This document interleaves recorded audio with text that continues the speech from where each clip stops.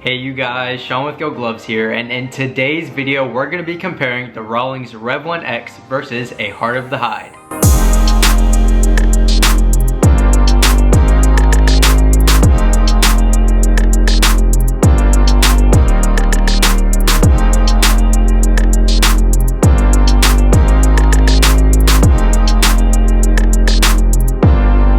So I'm back with another video on the Rawlings Rev1X, and if you haven't seen my first video, which is a review video, make sure you guys go watch that so you know everything about the Rev1X before I compare it to the Heart of the Hide. If you haven't already seen the video, I'll leave it linked up in the top corner right here. And now that you have already seen my review video, in today's video we're going to be comparing the Rev1X and a Rawlings Heart of the Hide. So these two gloves are great comparisons because there are two outfield models with both synthetic backings. Hopefully by watching this video today, you guys will get a great understanding of where you want to spend your money if you're looking for a glove in the future and you're deciding between a Heart of the Hide or maybe a Pro Preferred and a Rev1X. I'll show you guys all the differences and comparisons, including weight, leather type, and everything like that. Also, I have gotten some pricing information on the future retail price of the Rev1X, so I'll be going over that later in this video, so make sure you guys stay tuned towards the end of the video. But first things first, if you do remember in my review video of the Rev1X, I told you guys that I had a custom Heart of the Hide coming in, a Pro 303,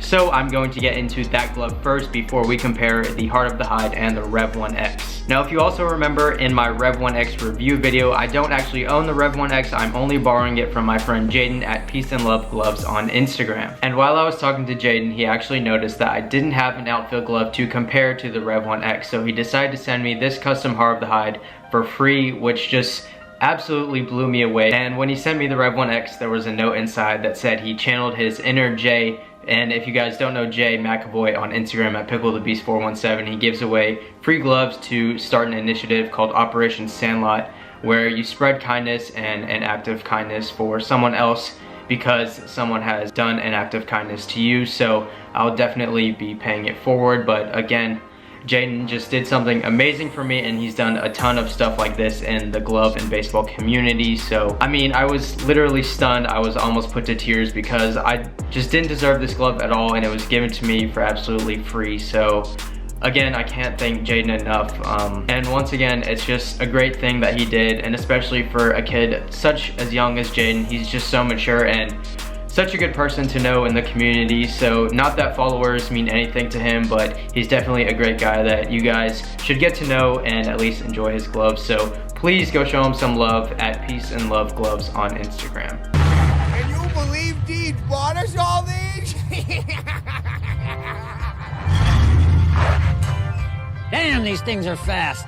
And if you guys want the full story on the Heart of the Hide that was given to me, I'll also be doing a podcast with Jaden, as well as hopefully a live video on Instagram. So watch out for the next podcast episode, and also keep up with our Instagram so you don't miss the live videos. And now that y'all know the backstory behind this custom Heart of the Hide, now I didn't customize it myself, it was already customized. However, this is honestly a really nice colorway that I probably would have picked myself. It's very much like the 44 Pro that I have, so it's some awesome colors, and it's my first Heart of the Hide in my collection, so I'm super excited to have it. And without further ado, here is a quick B-roll of my brand new custom Heart of the Hide.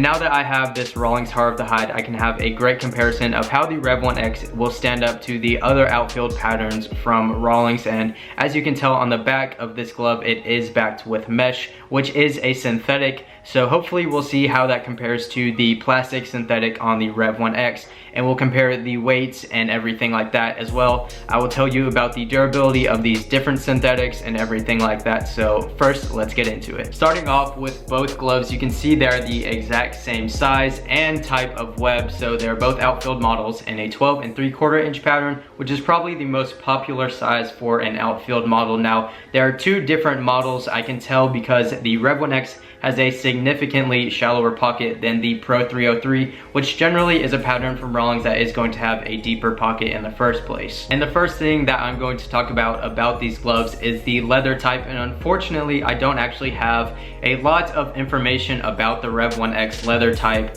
because there's actually no stamping on here, and it's a brand new prototype glove and Rawlings hasn't released a ton of information, so I'm really just going about what I feel and other things I've heard around the glove community from some other sources. Now with that being said, I have to say both of these gloves have very high quality leather, and I can't really tell a huge difference in the quality of the leather itself. Now with that being said, I can see that the Heart of the Hide has a reinforced palm pad, as well as the deer tan cowhide in the inside of the palm. The Rev1X on the other hand does not have any reinforced palm pad, but I will say I prefer the handstall on the Rev1X with its comfort sleeves on the thumb and pinky, as well as the laceless palm definitely helps your hand feel a lot more comfortable in there. And the other thing about the Rev1X versus the Heart of the Hide is that it has a moisture wicking wrist liner, and then on the Heart of the Hide you have a fur wrist liner. So with that being said, in Texas especially, in those hot heated months, I do prefer a moisture wicking pad on the wrist liner instead of the fur, because the fur does tend to get matted and a little bit crusty over time, so it's a pain to clean this as well. So I definitely would rather go with the moisture wicking synthetic. And now that we've talked about the hand stalls and the comfort inside, actually having my hand inside the glove, I can also tell one more thing, and that's going to be the sturdiness of the glove. And in my first Rev1X review, I talked a little bit about the thumb and pinky inserts and how I felt that they were a little bit thin compared to my other Rawlings gloves that I've had. And definitely with this 303 on my hand, I can tell that it's a lot sturdier in the thumb and pinky. And I think when you have the Rev1X and a glove that is supposed to be lightweight and a modern design, I think part of that lightweightness is coming from the decrease in the padding around the glove. So if you prefer a sturdier glove and something that feels like it may last a little bit longer, it's definitely going to be the all leather or the regular Heart of the Hide versus a Rev1X. Also, while having my hand in the Rev1X, I can tell one more thing, and that is the absence of the pinky and thumb loops on the glove. So usually, like in this Heart of the Hide, you have loops on each side to where you can really strap in your thumb and pinky in the glove and tailor it to your hand. Now in this glove, it does have some comfort sleeves in there that make it more snug than the regular Heart of the Hide or Pro Preferred is going to be. So it really depends on how tailored you like your glove to your hand, but I really think both fit well either way, so not a huge complaint there, just a difference in what you're going to get. So just know that when you are going to buy or look at a Rawlings Rev1X. Okay y'all, so now that I'm done with my first impressions of the on-hand review, we're gonna be going over the differences and the synthetic backings on each of these gloves so you know what you're looking to buy in the future. Now I will say the backing of the Heart of the Hide is mesh, and then the backing of the Rev1X is obviously that plastic synthetic that I told you guys about in the review. And I have been getting some extra questions on the synthetic backing on the Rev1X, so if I didn't go over it well enough in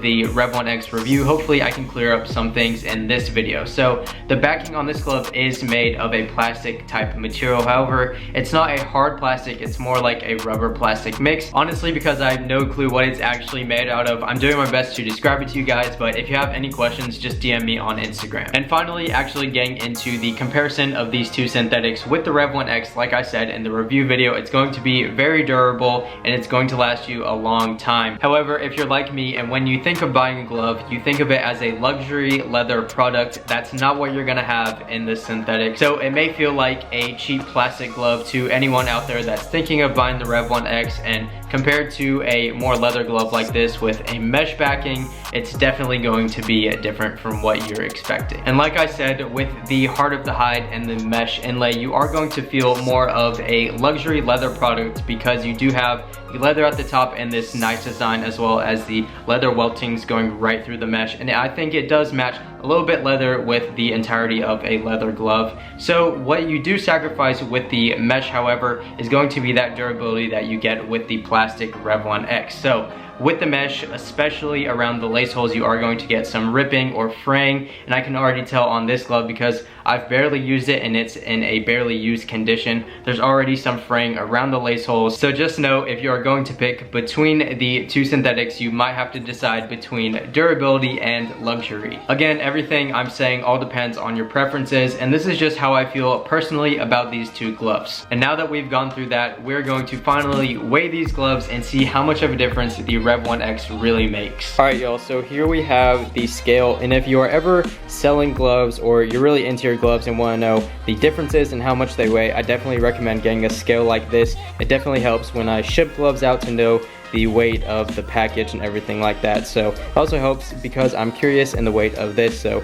we're gonna use this today. First, we're gonna turn it on. It is set to pounds and ounces, so we're gonna see exactly how much of this glove weighs. So now we set it on there, we can see it is 1 pound and 10 ounces exactly. So it's going to be 26 ounces if you guys convert that solely to ounces, and now we're gonna see what the Rev1X compares to. Okay, now we are back to 0 to see what the Rev1X is going to weigh on the scale.